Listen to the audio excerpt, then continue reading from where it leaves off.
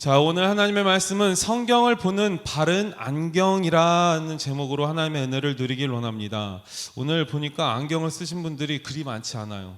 저도 안경을 썼는데 이 안경이라 하면 자신의 육체가 시선을 볼 때 제대로 된 올바르된 시선을 볼 수 있느냐에 따라서 안경을 쓰냐 유무를 가릴 수 있게 됩니다.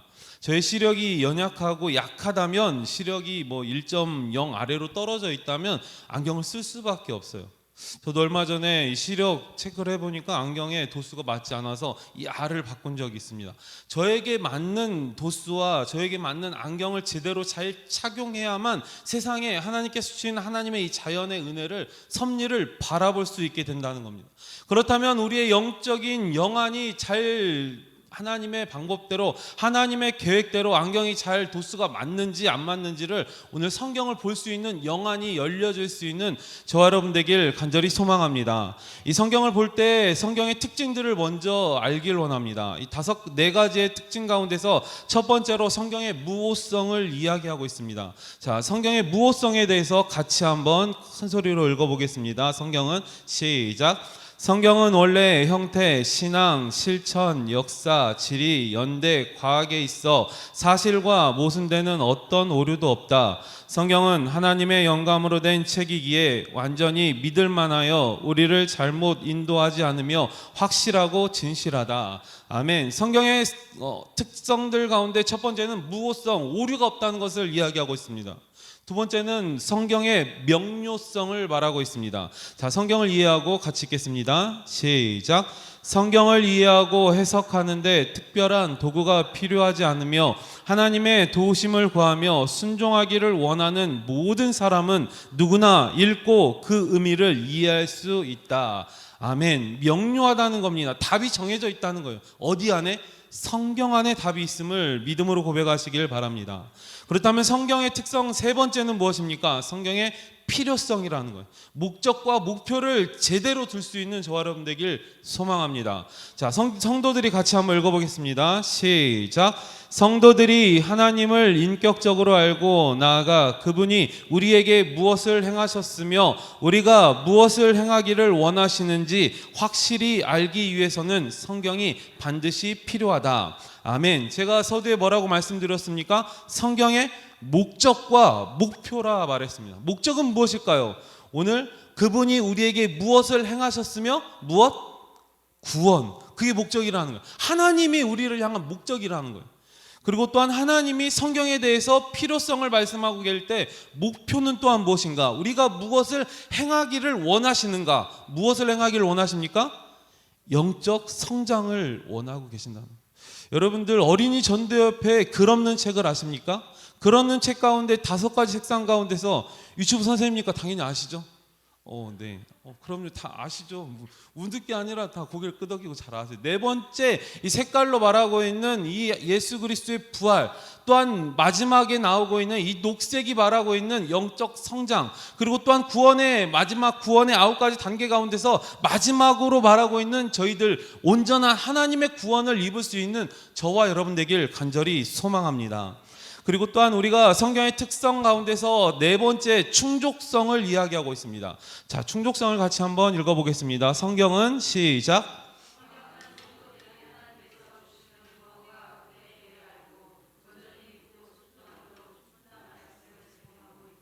아멘. 어디 안에 제공하고 있다고 말하고 있습니까? 성경 안에 제공되어져 있다는 겁니다. 모든 것이 하나님의 은혜 안에, 성경 안에 충족하게 가득 넘치고 흘러 넘치는, 차고 넘치는 은혜가 성경에 있음을 고백할 수 있는 저와 여러분 되길 소망합니다. 그렇다면 성경을 보는 바른 안경 가운데서 이 여러 가지의 성경의 특성, 네 가지의 성경의 특성들을 알아볼 때 올바른 영안과 올바른 안경을 쓰고서 정경과 조명에 대해서 우리가 알아야 돼요. 성경에 대해서 알아야 된다는 거예요. 성경에 대해서 알아야 할 2가지가 정경과 조명에 대해서 오늘 알아보도록 하겠습니다. 그러면 정경은 무엇인가? 성경의 정경성. 자, 첫 번째로 정경이란 무엇인가? 자, 읽어보겠습니다. 하나님의 영감으로 시작.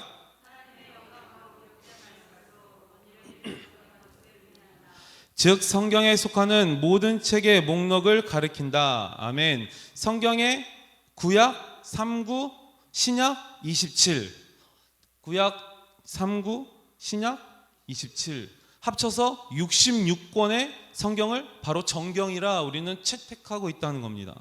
이 정경이라 말하는 것은 무엇이라 말했습니까? 하나님의 영감으로 하나님의 영의 감독으로 기록된 말씀으로 권위를 인정받은 책이라는 걸 말하고 있습니다. 성경에 속한 모든 책의 목록 66권을 말하고 있다는 겁니다. 여러분들, 정경을 확정시켜 놓은 기준은 무엇일까요? 자, 확정시켜 놓은 기준에 대해서 네 가지를 같이 천천히 한번 읽어보겠습니다. 사도나 사도의 시작. 사도나 사도의 직접적인 증언을 들은 매우 가까운 사람이 기록. 두 번째, 정경의 시작. 정경의 내용이 진리의 가르침과 일치하는가. 세 번째, 정경이 시작. 정경이 초대교회에서 인정을 받았는가. 네 번째, 정경을 시작. 정경을 믿을 때 구원에 이르고 정경을 실천할 때 하나님의 은혜를 경험하는가. 아멘. 정경을 확정시켜 놓은 믿음의 선친들의 기준이 이랬다는 거예요. 이 네 가지를 보편적으로 기준을 삼아서 성경 66권을 정경으로 채택했다는 겁니다. 그렇다면 정경 외의 성경들도 있을 겁니다. 이후에 나올 겁니다. 마지막에 5번에 외경이라고 나오는데, 그렇다면 이 정경을 확정시켜 놓은 기준은 이렇고, 정경이 언제 확정되었을까? 여러분들 자녀의 이름을 언제 집니까? 태어날 때 짓죠. 성경이 지어지고 기록되어지고 이 채택되어지는 정경으로 정확히 확정되어지는 그때가 언제입니까? 구약의 정경의 확정입니다. 자, 주 90년 시작. 주 90년 유대인의 얌니아 종교회의는 그동안 유대인들이 정경으로 인식하고 사용해오던 구약 39권을 정경으로 확정지었다. 언제라고요? 주후 90년. 여러분, 주후와 주전에 대해서 이해하고 알고 계시죠? 주전과 주후 그 가운데 중심을 이루고 있는 예수 그리스도의 탄생, 영년이라는 거예요. 주전, 예수 그리스도의 탄생, before Christ. 주후, 아노 도미니, AD 2024.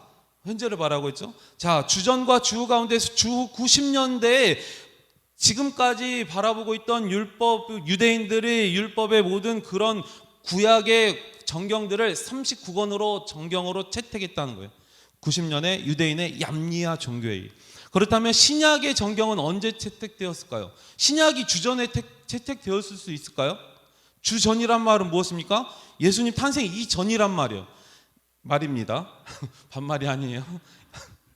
주전, 예수님 탄생 이전에 채택될 수가 당연히 없겠죠. 예수님의 사역을 그대로 바라보고 사도들이 기록하였고 그것을 정경으로 채택되었다면 예수님의 탄생 이후, 영년 이후에, 주후에 기록되고 정경으로 채택되었을 것입니다. 같이 한번 읽어보겠습니다. 주후 시작. 주후 397년 카르타고 공의회는 교회가 정경으로 인식해오던 신약 27권을 정경으로 확정지었다. 아멘. 주후 397년 카르타고 공의회에서 신약을 정경으로 채택하였다고 말하고 있습니다. 그렇다면 이 정경의 증거 가운데서는 예수님의 증거가 나옵니다. 누가복음 24장 44절을 제가 한번 읽어드리도록 하겠습니다. 누가복음 24장 44절. 또 이르시되 내가 너희와 함께 있을 때 너희에게 말한 바 곧 모세의 율법과 선지자의 글과 시편에 나를 가리켜 기록된 모든 것이 이루어져야 하리라 한 말이 이것이라 하시고. 아멘. 예수님께서는 구약과 신약의 모든 말씀이 정경으로 채택되었다는 예수님의 증거를 말하고 있다는 것입니다. 또한 하나님께서는 예수님의 증거뿐만 아니라 사도들, 제자들을 통하여서 증거를 말하고 있습니다. 자, 성경 가운데서는 베드로후서 3장 16절에 이렇게 말하죠. 그 모든 편지에도 이런 일에 관하여 말하였으되 그 중에 알기 어려운 것이 더러 있으니 무식한 자들과 굳세지 못한 자들이 다른 성경과 같이 그것도 억지로 풀다가 어떻게 됩니까? 스스로 멸망에 이르느니라. 디모데전서 5장 18절은 이렇게 말하고 있습니다. 성경에 일렀으되 곡식을 밟아 떠는 소의 입에 망을 씌우지 말라 하였고 또 일꾼이 그 싹을 바라는 것은 마땅하다 하였느니라. 아멘. 하나님께서는 믿음의 말씀 가운데서 인용하고 있습니다. 신명기서에 나오는 하나님의 말씀을 인용하였고 뒷부분은 누가복음에서 나타난 바울이 디모데에게 전한 두 가지의 모습을 말씀으로 전하였다는 거예요. 사도들이. 저와 여러분들 신구약의 말씀에 정경으로 채택되어진 예수님의 증거, 예수님께서 증언하셨던 그 말씀, 하나님의 말씀인 누가복음 24장 44절에 말했던 구약과 신약의 말씀 모두가 정경이라고 예수님께서는 분명히 증거하였고, 또한 베드로후서와 디모데전서에 말하고 있는 말씀을 통하여서 사도들의 증거를 말하고 있습니다. 그렇다면 하나님의 증거는 어디에 나타나고 있을까요? 자, 이사야 40장 8절에 나타나고 있습니다. 이사야 40장 8절을 같이 한번 읽어보도록 하겠습니다. 자, 이사야 40장 8절 나오나요? 같이 읽겠습니다. 시작. 풀은 마르고 꽃은 시드나 우리 하나님의 말씀은 영원히 있으리라 하라. 아멘. 우리가 찬양으로도 많이 드리고 있죠. 풀은 마르고 꽃은, 하나님의 자연의 섭리를 통하여서 우리가 믿음으로 바라보는 하나님의 은혜의 구약과 말씀, 신약의 말씀 모두가 정경으로 채택되어지고 자연의 모든 섭리만상이 하나님의 정경의 말씀으로 구약과 신약을 채택하고 있다는 것을 증거로 말씀하고 있습니다. 그렇다면 오늘 구약을 정경으로 채택하고 신약을 정경으로 채택할 때 구약 외의 것들, 신약 외의 것들, 성경책들이 있었을 것입니다. 그 당시에 소설책과 같은 그런 성경을 풀이한 신학 서적들이 있었습니다. 분명히. 그럼에도 불구하고 66권을 채택한 그 외의 것들, 신학자들은 성경 구약의 39권은 이후에 더 구약의 정경들을 그들은 가톨릭에서는 채택하고 있어요. 어떻게 몇 권입니까? 가톨릭에서는, 로마 가톨릭은 같이 한번 읽어보겠습니다. 시작. 로마 가톨릭은 구약 46권과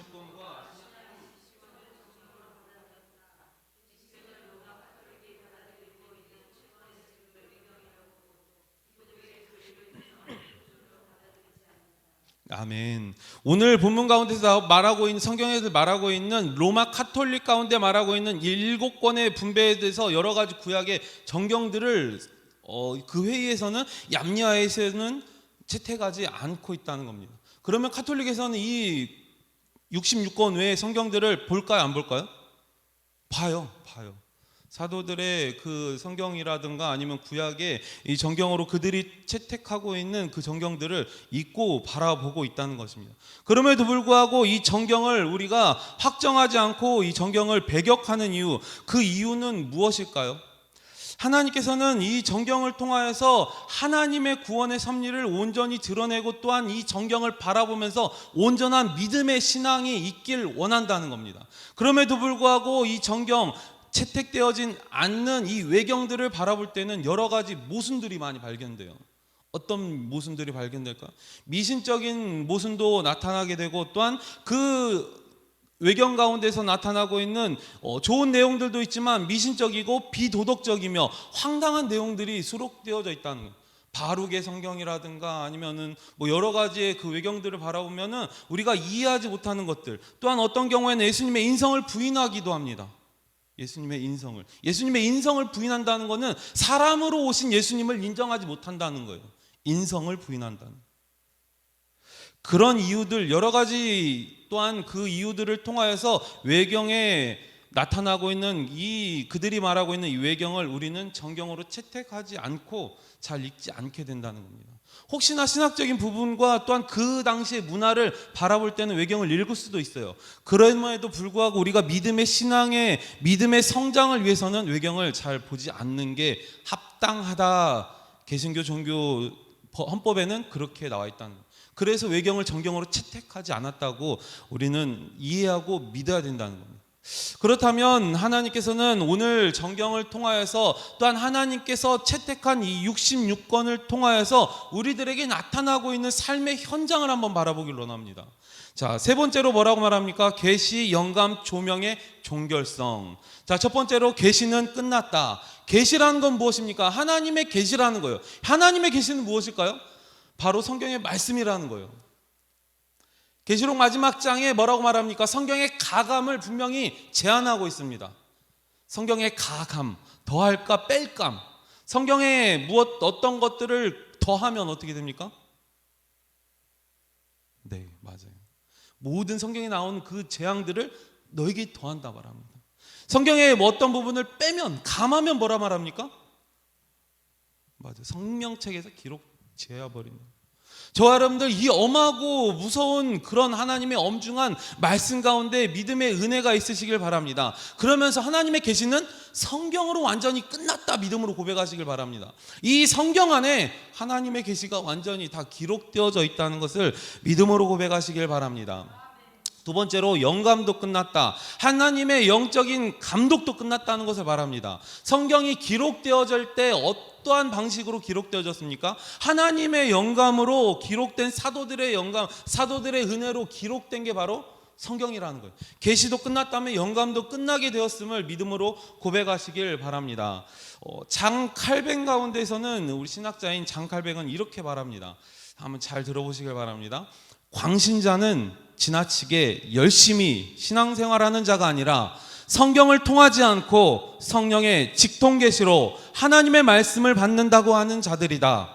성령은 직통계시로 말씀하지 않는다. 그러므로 우리는 성경을 떠나 성령의 인도하심을 받을 수 없다. 아멘. 저 여러분들 혹시 사람들을 바라보면 우리가 흔히들 저 사람 어둡다 하는 그런 사람들이 있습니까? 뭐 피부가 까말 수도 있어요. 저처럼 피부가 까말 수 있는데 저희 아버지도 까매요. 유전인가 보든. 이 까만 피부를 말하는 것이 아니라 이 영적인 분위기가 어둡다는 것을 바랍니다. 영적인 분위기가 밝은 것을 바랍니다. 믿음으로 기쁨으로 감사함이 넘치는 자들은 웃음이 꽃피어요. 웃음이 꽃피어요. 웃음이 꽃피어요. 웃으세요. 웃으세요. 제가 큰 교회에서 이 웃음 치료 사역을 잠깐 했던 적이 있습니다. 어르신들을 데리고 자격증이 있으니까 하는 거예요. 자격증이 있어서 이 웃음 치료 자격증이 같이 치료하고 했었는데 그 어르신들 가운데서 크게 막 배꼽 잡도록 막 웃게 하고 재밌게 하고 막 관광버스 안에서 춤을 추는 게 아니라 이 소리로 크게 박수치고 하는 그 모습을 통해서 그들 가운데서 엔돌핀이 돌고 기뻐하고 즐거워하는 모습들이 있습니다. 집에 돌아갈 땐 힘들어서 지쳐 쓰러지긴 하지만 그래도 기쁨과 즐거움이 있는 그 모습을 보면 밝아요. 여러분들, 은혜가 있는 사람들은 어떻습니까? 특징이 밝아요. 밝아. 우리 성도님 보면 아픈 거 누가 부르게, 성도님 보고 누가 아프다고 하겠어요? 밝아요. 기쁨이 있으면. 우리 김성주 집사님 항상 기도할 때마다 항상 하는 인사말이 뭡니까? 샬롬. 대표 기도 땐 그거 안 했으면 좋겠습니다. 자, 샬롬. 언제나 기쁨과 감사가 넘치는 이 샬롬을 외치는 주님의 자녀들 위에는 항상 기쁨이, 웃음이 넘친다는 거예요. 우리가 영적인 안경을 제대로 잘 쓰셨다면 하나님의 사람도 잘 볼 수 있어야 되는 겁니다. 성경 또한 마찬가지입니다. 하나님의 영감으로 기록되어진 성경 자체, 이 계시도 하나님의 말씀으로 종결되었고 또한 하나님의 영감도 종결되었다는 것을 성경은 분명히 이야기하고 있습니다. 계시록 마지막 장을 정경을 채택함으로써 말입니다. 그러면 세 번째 같이 한번 읽어보겠습니다. 조명은 지금도 진행 중입니다. 조명의 시작. 조명의 역사를 통해 믿음 깨닫게 되고 믿게 되며 즐거워하고 말씀에 순종하게 됩니다. 아멘. 오늘 조명을 통하여서 하나님께서 역사하신 그 은혜를 바라볼 수 있는 믿음의 자녀들 되길 원합니다. 조명의 역사를 통해서 말씀을 깨닫게 돼요. 하나님께서 계시로 나타난 이 성경의 말씀을 내가 읽으면서 내 마음속으로 깨달아지는 그 어떤 것을 통하여서 내가 또한 믿게 된다는 거예요. 이래서 예수님이 이랬구나. 이래서 하나님이 이 말씀을 하셨구나. 이래서 제자들이 이런 행동과 모습과 말과 행동들이 나타났구나. 내가 예수 그리스도를 믿을 수 있는 그 환경들이 성경 가운데 기록되어져 있다는 것을 믿음으로 고백하시길 바랍니다. 그러면 믿게 되면 감사하게 돼요. 감사하게 되면 기쁨이 넘치게 된다는 거예요. 즐거워하고 말씀에 순종하게 될 수밖에 없습니다. 여러분들 믿음의 목사님들이나 아니면 또한 믿음이 있는 분들이 간혹 이렇게 권면하는 경우가 있습니다. 권면이라는 건 무엇입니까? 말씀에 의지하여서 어떠한 부분에 대해서 행동과 모습과 말과 아니면 또한 신앙적인 부분에 대해서 잘할 수 있는 그런 권면을 하는 부분이 있을 때 그 권면을 받고 여러분들의 반응은 어떤지 한번 생각해 보길 바랍니다. 권면을 들었을 때 알겠습니다. 네, 알겠습니다.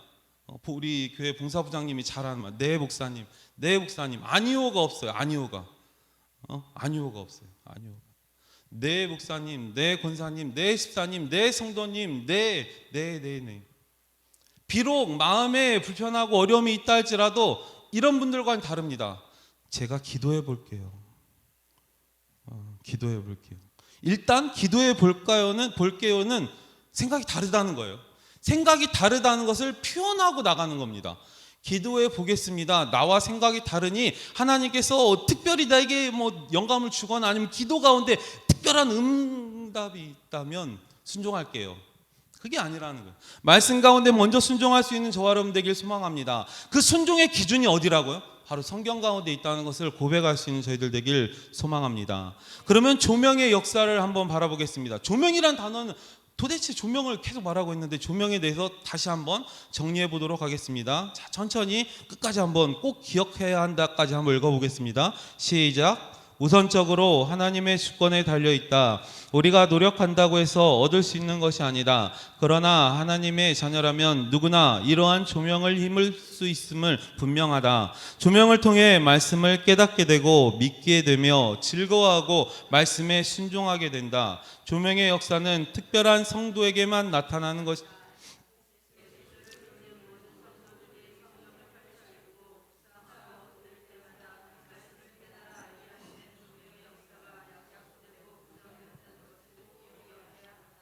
아멘.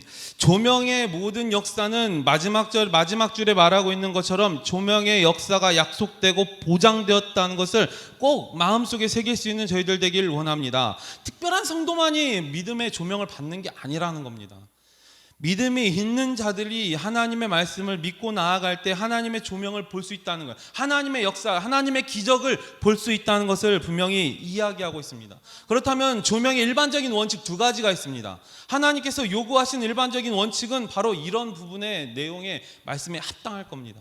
정확히 이 말씀이 100% 답이라는 말은 아닙니다. 그럼에도 불구하고 가장 흡사하게 달려나간 이 단어들을 조합을 해놓은 것 같습니다. 자, 첫 번째와 두 번째 조명의 역사는 시작. 아멘. 잠언서 8장 17절엔 이렇게 말하고 있습니다. 나를 사랑하는 자들이 나의 사랑을 입으며 나를 간절히 찾는 자가 나를 만날 것이니라. 아멘. 반대로 한번 제가 해보도록 하겠습니다. 나를 사랑하지 않는 자들이 나의 사랑을 입지 않으며 나를 간절히 찾지 않는 자는 나를 만날 수 없느니라. 이해되십니까? 그럼 이제 본문을 다시 한번 읽어보도록 하겠습니다. 나를 사랑하는 시작. 나를 사랑하는 자들이 나의 사랑을 입으며 나를 간절히 찾는 자가 나를 만날 것이니라. 아멘.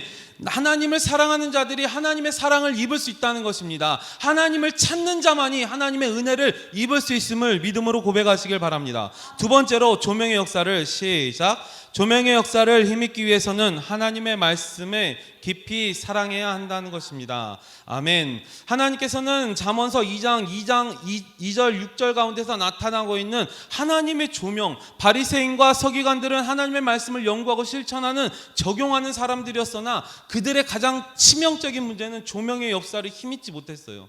그들이 바라보는 시선은 달랐다는 겁니다. 하나님을 사랑하는 자만이 하나님의 은혜를 입을 수 있고 하나님을 사랑을 받는 자만, 하나님을 사랑하는 자만이 하나님의 사랑을 받을 수 있음을 고백할 수 있는 저와 여러분 되길 간절히 소망합니다. 결론은 무엇이에요? 예수님이 저희들을 너무나도 사랑하십니다. 그 사랑을 받기에는 조건이 있다는 거예요. 하나님을 사랑해야 한다는, 예수님을 사랑해야 그 예수님의 사랑이 우리에게 갑절로 30배, 60배, 100배의 복으로 다가오는 것을 믿음으로 고백하시길 바랍니다. 그렇다면 이 조명의 역사를 통하여서 우리의 삶은 어떻게 변화시키고 있는지 성경의 비유를 통해서 한번 알아보도록 하겠습니다. 첫 번째로 씨의 비유입니다. 베드로전서 1장 23절. 자, 베드로전서 1장 23절을 제가 읽어드리겠습니다. 너희가 거듭난 것은 썩어질 씨로 된 것이 아니요 썩지 아니할 씨로 된 것이니 살아있고 항상 있는 하나님의 말씀으로 되었느니라. 아멘. 베드로는 흩어져 있는 나그네 된 성도들을 향하여서 그의 놀라운 믿음을 선포했다는 거예요. 제가 믿음이 좋다는 게 아닙니다. 베드로가 믿음이 좋았다는 게 아닙니다. 믿음이 좋은 하나님의 백성들의 말씀의 은혜를 선포하였을 때 그 선포한 믿음의 은혜를 받을 수 있는 저와 여러분 되길 소망합니다. 하나님의 은혜는 선포하는 은혜를 믿는다는 거예요. 하나님의 은혜는 선포되어진 말씀에 순종한다는 것을 믿음으로 고백하시길 바랍니다.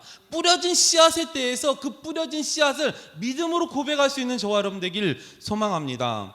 두 번째로 비유는 검을 비유로 들고 있습니다. 검에 히브리서 4장 12절 같이 한번 읽어보겠습니다. 히브리서 4장 12절 같이 읽겠습니다. 시작.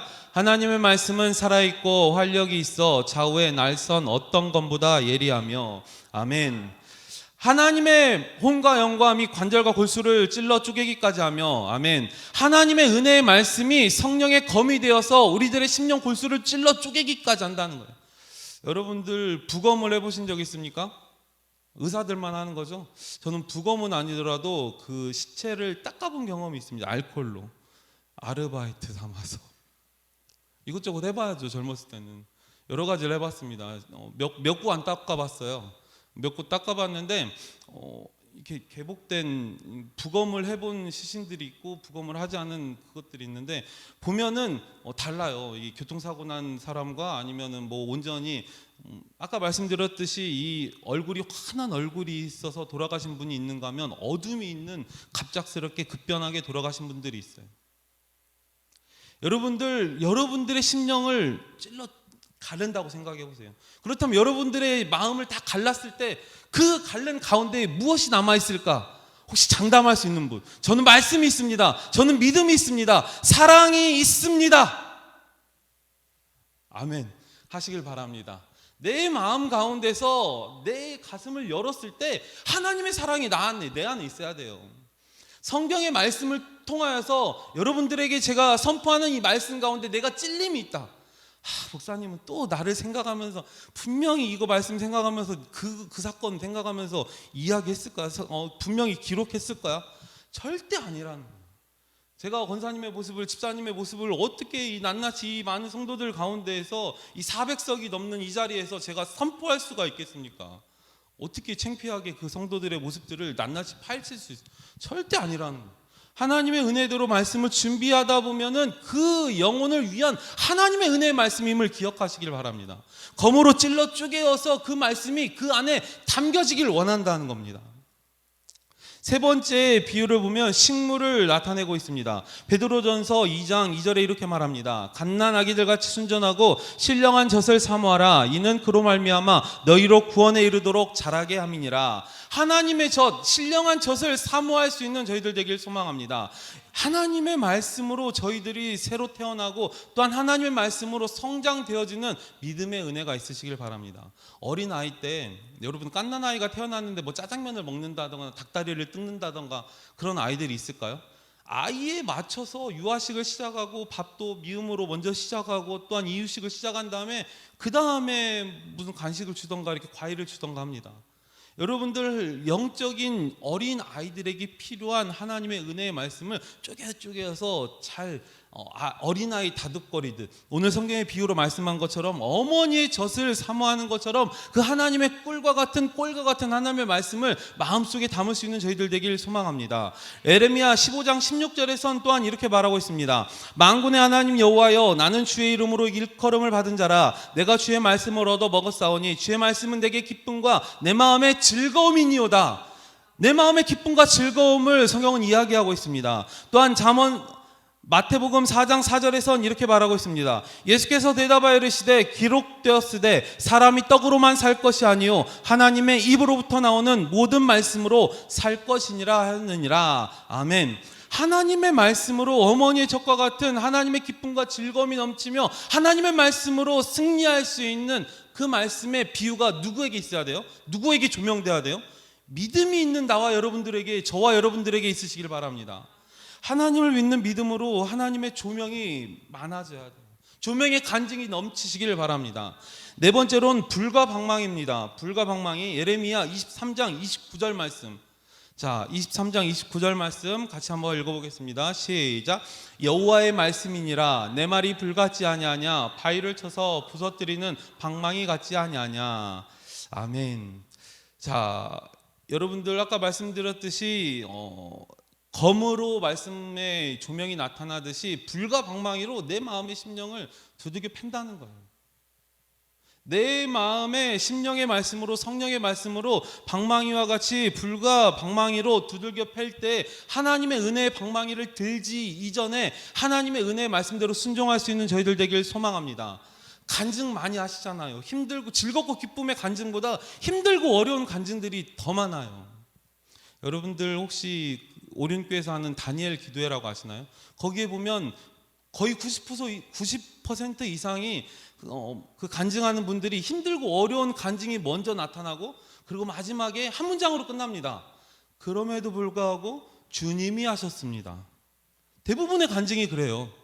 저와 여러분들 믿음의 간증 가운데 항상 믿음의 고백들이 있으시길 바랍니다. 불과 방망이로 먼저 매 맞기 전에 먼저 하나님께 믿음으로 고백하시길 바랍니다. 여호와의 말씀이 내 말에 불같지 아니하냐, 바위를 쳐서 부서뜨리는 방망이와 같지 아니하냐. 나를 힘들게 하고 어렵게 하는 나의 삶을 방해하는 것이 아니라 쳐서 깨우치길 원한다는 거예요. 쳐서 깨트리길 원한다는 겁니다. 또한 다섯 번째로 거울의 비유를 삼을 때 야고보서 1장 23절 25절에선 이렇게 말하고 있습니다. 누구든지 말씀을 듣고 행하지 아니하면 그는 거울로 자기의 생긴 얼굴을 보는 사람과 같아서 제 자신을 보고 가서 그 모습이 어떠했는지 곧 잊어버리거니와 자유롭게 하는 온전한 율법을 들여다보고 있는 자는 듣고 잊어버리는 자가 아니요 실천하는 자니 이 사람은 그 행하는 일에 복을 받으리라. 아멘. 행함을 요구하고 있지만 이 성경의 기자가, 야고보서 기자가 말하고 있는 이 행함이라는 그 모든 환경 가운데 먼저 우선순위로 말하고 있는 것은 믿음을 요구하고 있습니다. 믿음 가운데 행하고 나아간다는 거예요. 온전한 믿음을 바라보고 또한 그 바라보는 그 믿음 가운데 온전한 율법 가운데서 선별하여서 내가 말씀 가운데 온전한 순종으로 나아가고 있는지 무엇을 보라고요? 거울을 보라는 거예요. 거울을. 내 자신 스스로 보고 내 자신의 얼굴이 모습이 어떠한지. 여러분들 아침에 아니면 항상 교회 나올 때 항상 거울을 보고 나오시길 바랍니다. 저도 아침에 거울을 보고 나왔는데 그럼에도 불구하고 넥타이가 삐뚤어지거나 간혹 옷이 안 좋게 입고 나올 때도 있습니다. 저와 여러분들 거울을 항상 들여다보면서 내 자신 스스로의 모습을 감독하시길 바랍니다. 내 자신 스스로의 모습을 항상 관찰하시길 바랍니다. 어떤 모습으로 내가 나아가고 있는지, 사람들의 조롱거리로 나아가는지 아니면 사람들의 기쁨과 즐거움을 줄 수 있는 믿음의 자손의 모습으로 나아가는지 오늘 저와 여러분들의 거울에 든 하나님의 자손 모두가 되길 소망합니다. 또한 고린도전서 10장 6절에서 10절까지 가운데선 이렇게 말하고 있습니다. 하나님의 말씀 가운데에서 6절하고 10절에 이렇게 말합니다. 이러한 일은 우리의 본보기가 되어 우리로 하여금 그들이 악을 즐거워한 것이 즐겨하는 자가 되지 않게 하려 함이니 그들에게 일어난 일이 본보기가 되고 또한 말세를 만난 우리를 깨우치기 위하여 기록되었느니라. 아멘. 우리를 깨우치기 위한 기록이라는 것을 기억하시길 바랍니다. 이 조명의 역사 어떻습니까? 하나님의 믿음의 조건이 우선되어져야 된다는 거예요. 우선적으로. 저와 여러분들 이 조명에 대해서 특별히 막 선호하는 그런 분들이 있습니까? 특별 은사, 특별 계시, 막 즉통 계시 그런 것들을 바라보면서 막 어느 기도원에 갔더니 막 방언해주고 어느 기도원에 갔더니 막 이렇게 손으로 막 하고 막 뒤에서 막 등짝을 두들기고 막 성경 막 이거 막 줬는데 막 오늘 은혜 말씀입니다. 어디 말씀 구절 주십니다. 말씀으로 있습니까? 말씀으로 하나님께서는 성경의 조명과 성경의 계시와 영감은 분명히 말씀 가운데 끝났다는 거예요. 하나님의 은혜의 말씀을 믿음으로 고백하시길 바랍니다. 그런 곳들에 다가가고 그런 곳들을 사모하고 쫓아다니는 그런 사람들이 아니라 말씀을 사모할 수 있는 하나님의 정경으로 채택되어진 이 66권을 믿음으로 저희들이 소망을 품고 내 안에 소유하시길 바랍니다. 이게 전 세계 베스트셀러 1위예요. 여러분들 저는 성경책이 집에 한 10권 이상 있는 것 같아요. 사람들이 많으니까 성경책도 많겠지만 여러 가지 성경책들이 있습니다. NIV 또한 뭐 히브리, 헬라어 또 여러 가지 성경들이 있는데 영어 성경도 있고 한데 이 성경 가운데서 간혹 깨끗한 성경들이 있어요. 제가 깨끗한 성경. 죄송하지만 영어 성경이 제일 깨끗한 것 같더라고요. 영어 성경. NIV 성경이라고 있는데 그 성경이 너무 깨끗해요. 그래서 제가 항상 매년 초기에 연초에 항상 결단하고 결심합니다. 영어 성경을 펼쳐보리라. 그럼에도 불구하고 몇 장 못 나가요.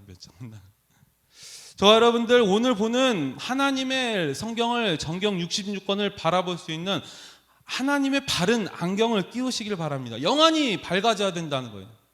하나님의 말씀을 바라볼 수 있는 영적 영안이 깨끗해지고 하나님의 은혜대로 나아갈 수 있는 저희들 되길 바랍니다.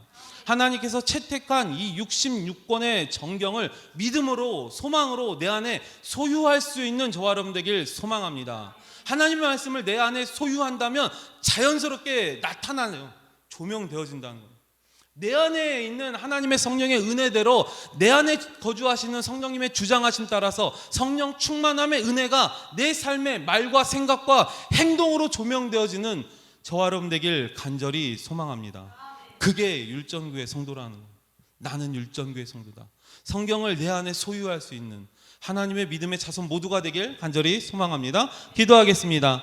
사랑의 하나님 감사합니다. 주님의 은혜를 바라보고 나아갈 때 오직 주의 말씀 성경 정경 66권을 내 안에 소유할 수 있도록 축복하여 주시옵소서. 하나님의 은혜의 말씀을 붙들고 나아갈 때 그 영혼들도 사랑할 수 있음을 고백합니다. 하나님의 은혜가 임할 수 있고 하나님의 은혜가 내 안에 소유할 수 있도록 주님 축복하여 주시옵소서. 말씀 가운데 거하며 하나님의 말씀만 조명으로 나타나는 믿음의 자손 모두가 되길 간절히 소망하오며 사랑이 많으신 예수님의 이름으로 기도드리옵나이다. 아멘.